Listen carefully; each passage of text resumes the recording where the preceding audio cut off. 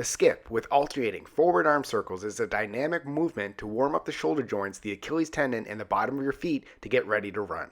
To get started, skip forward as you swing one arm back, up, and forward in a circular motion, then immediately complete the arm circle with the other arm as you continue skipping forward.